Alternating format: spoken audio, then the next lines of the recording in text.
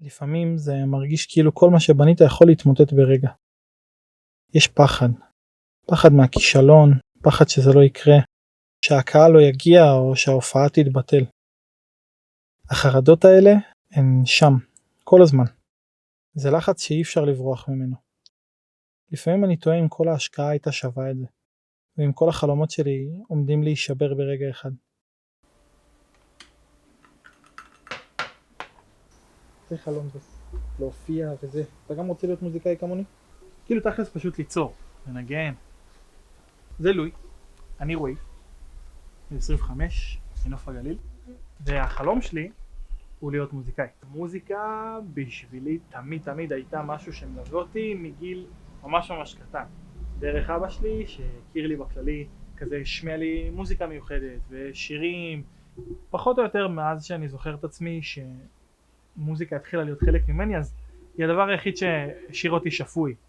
ומאז זה בתכלס הפך להיות כל מה שאני. אחד החלומות שלי הבאמת משמעותיים בעיניי זה לתת לנוער שבא אחריי בעיר שלי מסגרת שהיא נגישה למוזיקה.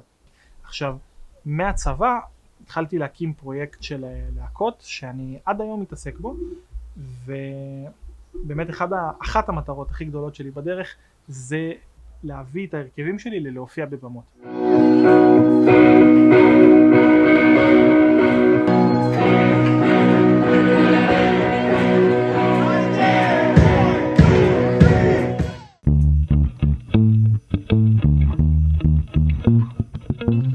אנחנו נוסעים למושב רמות ברמת הגולן כדי לעשות הופעת חימום לטיפקס, והאמת שאני מרגיש כאילו אני איזה אומן מקצועי.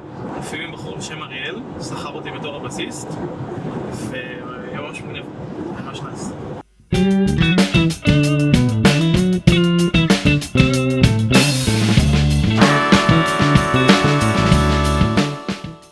אני חושב שרועי זה הבן אדם הכי טוב מוזיקאית שיש, אבל בתור בן אדם, על הפנים.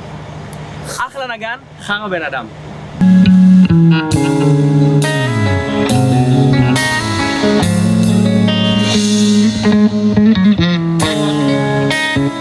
אחרי ההופעת חימום של טיפקס, אתה לא יכול שלא להרגיש פשוט מלך. וממש על גג העולם, כי זה קהל וזה אנרגיה וזה אנשים, ואתה יודע שעשית למישהו שמח, וזה הדבר הכי מרים שיש. אבל תמיד לחזור בחזרה ככה למציאות, לבית, זה מוציא מאיזון קצת, זה דיסוננס רציני, שקט מוחלט למחשבות, לקשיים, אתה מתגלגל בראש, וזה קשה, במיוחד באזור של פריפריה זה פשוט קשה. אבל עדיין זה לא ימנע ממני לנסות לייצר לעצמי הזדמנויות.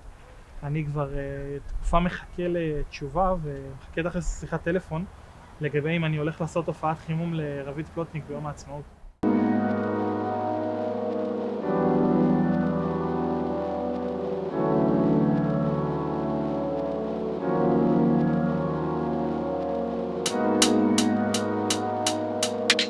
טוב, אז בישרו לי שאני הולך להיות ההופעת חימום של רבית פלוטניק במופע של יום העצמאות הקרוב. זה ממש מרגש. אני עובד כמו מטורף, בעיקר בלילות כשאני לבד, ואני משתגע ועושה מלא כמה שיותר עבודה כדי להיות מוכן לזה. אני רוצה לבוא ולתת כמה שיותר בראש.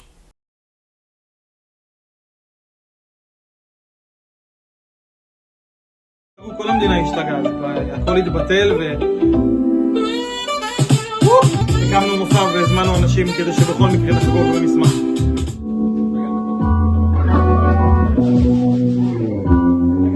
שיר שכתבתי באזור 2017-2018 והוא ככה מלווה אותי עד היום, ואני חושב שהוא שיר שהוא פשוט כל כך מדויק לדברים שאני עובר בחיים שלא יכולתי שלא לעשות אותו. כלום של מדבר, גרעין של חול נדבק אל היד,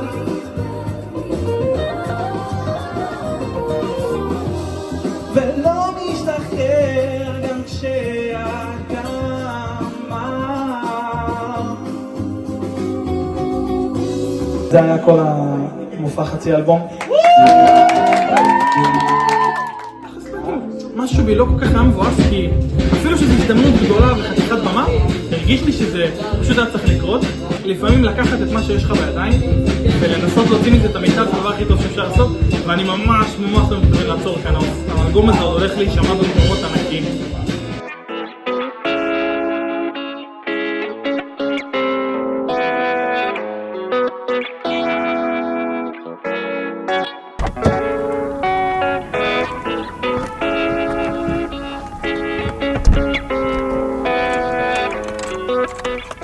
בדיוק חזרתי מאימון, תמיד שאני בסטרס וקצת ככה לחצים, אני תמיד אוהב ללכת לזרוק כדור. אני עובד על האלבום החדש שלי, ובגלל המלחמה ובגלל קשיים כלכליים הייתי חייב לסגור. אני בדיוק סגרתי את האולפן שלי, ומבחינתי מקום שהיה הכל בשבילי, המקום ליצירה, להכל, ואני צריך עכשיו איכשהו להמשיך ולעבוד על האלבום גם בלי, וזה קשוח, זה ממש קשה. אני לא מתכוון להפסיק, אני עובד על אלבום חדש שנקרא בין לבין, והתכנון שלי הוא לעשות לו מופע השקה גדול כזה, מטורף.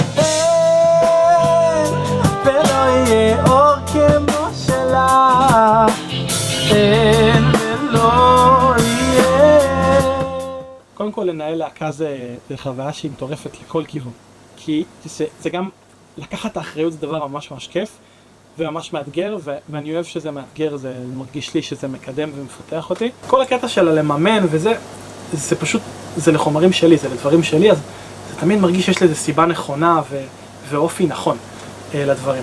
אז לא משנה כמה כסף אני אשים, בסופו של דבר זה כדי שאני אעלה עם המוזיקה שאני יצרתי ועם המסרים שאני רוצה להעביר לבמה. כל הרגשות שלא אמרתי ארצה להוציא לך בשיר.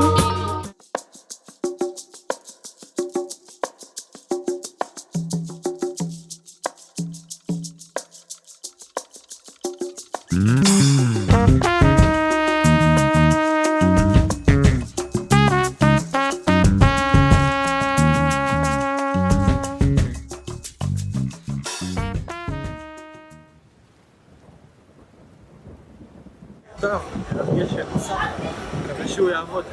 נראה לי אלוהים איתנו, יהיה בסדר. אחי, הלך המנה חמה, אחי. הלך המנה חמה? תראה להם שהלך המנה חמה.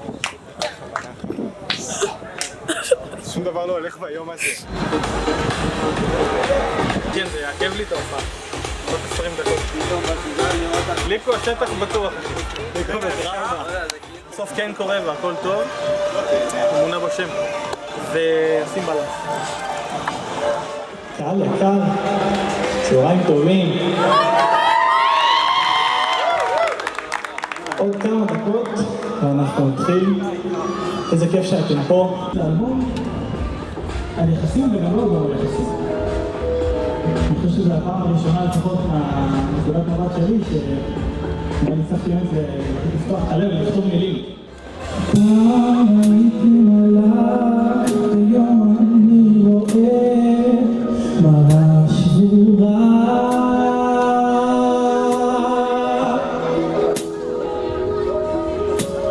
פעם שיתפתי אותך, היום אני שותק כי אין ברירה.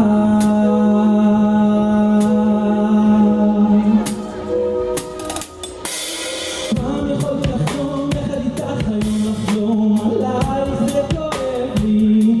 היום הלב שוב משקר לי, טוען כי לא ילד צריך להתפורר. לפחות אני יודע שאת במקום טוב יותר. לפחות אני יודע שאת במקום טוב יותר. את כל הרגשות שלא אמרתי ארצה להוציא לך לשיר. כנראה שתרצי להקשיב מעבר למה שמעתי.